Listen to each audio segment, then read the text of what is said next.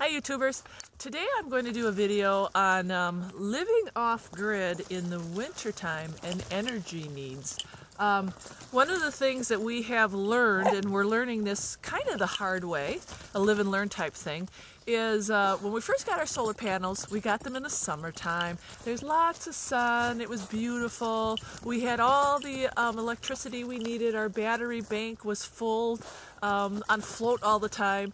So it was really nice because we were independent, we were living off-grid, we were self-sufficient, and we had endless amounts of energy. But then winter came. And you know, the solar guy doesn't tell you about the winter. Luckily we had our generator from when we had done a lot of construction. So we had our gas powered generator, and we ended up turning that generator on a lot to charge up our battery bank. And then again this year, we really had a lot of clouds. So far, I think we've had months of cloudy days, and we've had that generator running almost daily. Well, the reality of it is when winter comes, depending on where your location is, you can have endless weeks of clouds. And then what do? Then you got to reevaluate your consumption needs in your household. So if you're used to using a microwave and an electric coffee pot, you haven't gotten those things rid of already, then you're gonna have a rude awakening, because no matter how big your solar array is, when you have endless cloudy days, yeah, you're gonna have to learn how to conserve. So this is some of the things that we've done to conserve our energy on our small homestead. That has kept the energy consumption low. They're very easy, no frills tips, but something that you want to consider. I tell you guys, if you're going off-grid and you're going with the solar panels, be aware, winter is a whole different can of nuts. And you really want to sit down and figure out, you know, what appliances you're going to be running and what appliances you're not going to be able to run during the wintertime, and how much it's going to cost in gas to run that generator or in propane, and what your setup is for that. So, okay, let's go with number one. Well, the first bit of advice that we will go over is when you have a solar setup, you're going to get some type of monitor. We've got a Magnum inverter, and this is the monitor that came with it. There's another monitor that we probably recommend. We don't have it yet, but it's called a trimetric, and it actually shows you the percentage at where your batteries are. I think it even tells you, and don't quote me, like if you need to charge them or if they're getting low. But this one does a pretty good job. What we do is we check on this every day because of the cloudy days. And we always watch this number here. Now today it's 24.87. We like it to be up in the 25s. When it starts getting to be about 24.5, that is our indication that we need to start the generator and we need to start charging our batteries up. The other thing too is when we leave, we like to make sure that this isn't inverting. When this comes up and it says it's inverting, that means something in the house is plugged in, and you know, like my cell phone, naughty, and we need to go find it because, and I'll talk about this later in the video, there's a reason why you don't want this inverting. So the other part of the equation is treating your batteries with care during the wintertime to make them last longer. So fully charge them. Don't charge them up just for a couple hours like we used to. Fully charge them. On the days, do your equalization, and then always check your battery levels for the water. Fill them up when they need to be filled, and do your hydrometer and check your specific gravity. I'm just looking at we've got a midnight charge controller, and we've got a Xantrex, and you can see today, this is what we're getting in. Another cloudy day, only 8 watts and 9 watts, and you know, our battery bank is getting to that point. We're going to have to be starting the generator tonight. So that's what's going to be happening. Again, we're going to be using gas, and we don't like to use that generator, but that's the reality of wintertime and clouds. Another off-grid winter tip that seems kind of obvious, but may not be for some of you newbies, is your lights. Now, we invested all our money in the LED light bulbs. For the most part, almost every major light bulb that we have in here is LED. They are very expensive. I think they go from anywhere from, you know, 25 to 30 bucks. And we also had some of these other ones, these curlicue light bulbs. Now the curlicue light bulbs, those are these the right curlicue here. ones we got at an Ace Hardware many years ago. They were on sale. I think they were like, you know, $1.50 a piece. So we just loaded up. Never knowing that one day we would be living 100% off-grid and these would come in handy. 75 watts is what they give off, but they only use 20. So some of our light fixtures do have some of these. We're going to use them up until they're done, and then we will end up replacing them with the LEDs. The LEDs, I think, give off really nice light, as you've seen just a second ago. So we're pleased with them. Some of the other things that you might want to consider getting, we bought this little handy has batteries in the back. It's motion censored, and during the night when I have to get up and go to the bathroom or out to the refrigerator, instead of turning on a light, we use these. I think these are LED also, and these I got on Amazon for I think they were like $5 for 2 with free shipping.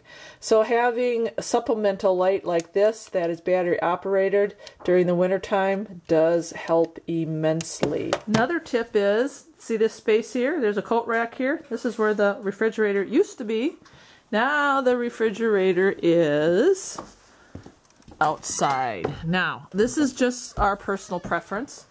It's kind of an iffy thing if you put your refrigerator outside and you don't plug it in.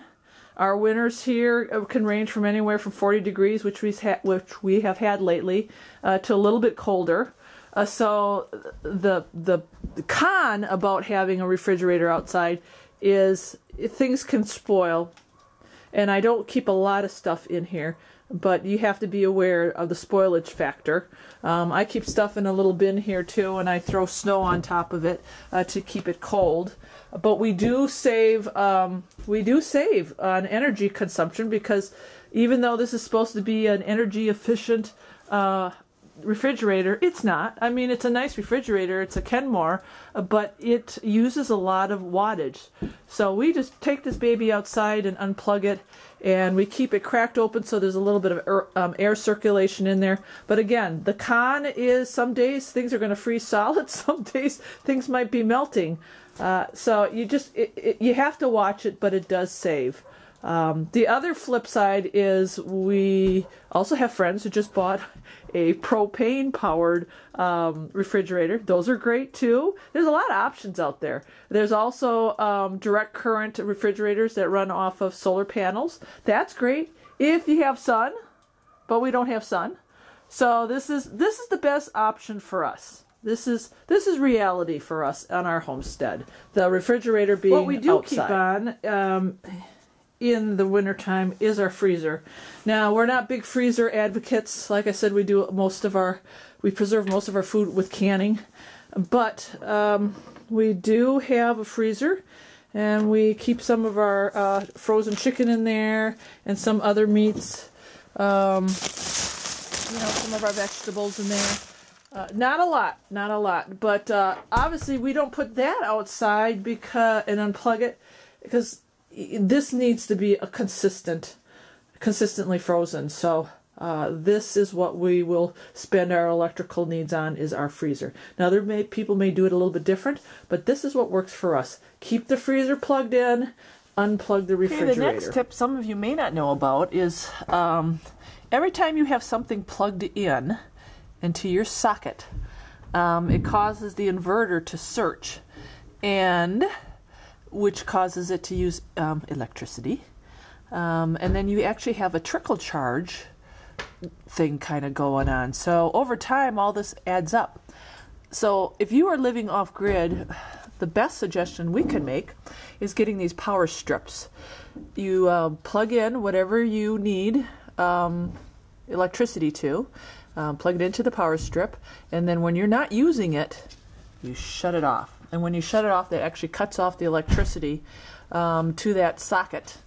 And that way you are not having that trickle charge over time. When you have outlets like this, and my husband laughs at me because when we leave and go someplace, my husband checks the inverter, and sometimes it's inverting, and he'll say, okay, who has something plugged in? Okay, there's only 2 of us in the house, and it's usually me, and it's usually like my cell phone that I have plugged in, and the inverter picks up on that.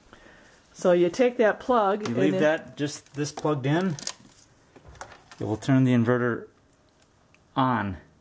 So now it's using some electricity. So over the course in the wintertime when you're not getting any sunlight, like days like today, it takes its toll after a couple days of this type of wear. Instead of getting 3 days, you're now only going to get 2 days. Right. So yeah, unplug everything and get those power strips. All right, guys, I hope some of those living in the wintertime off-grid tips have helped you. There wasn't a lot, but just remember a couple things. You change out those light bulbs, important.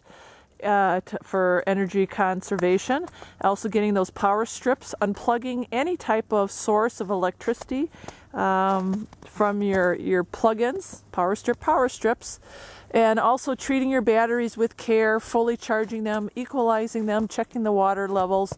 You know, it doesn't seem like a lot, but again, we have clouds and we don't have the full use of the sun, and that's just the reality of living off-grid. And like I said before, the solar guy doesn't tell you about all this stuff, and he also doesn't tell you about unplugging your appliances, and you might not be able to run your refrigerator if your grid isn't big enough. So I'm just telling you, simple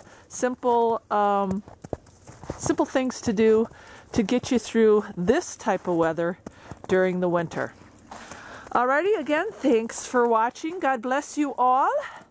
And I hope your winter is going as fast as mine is.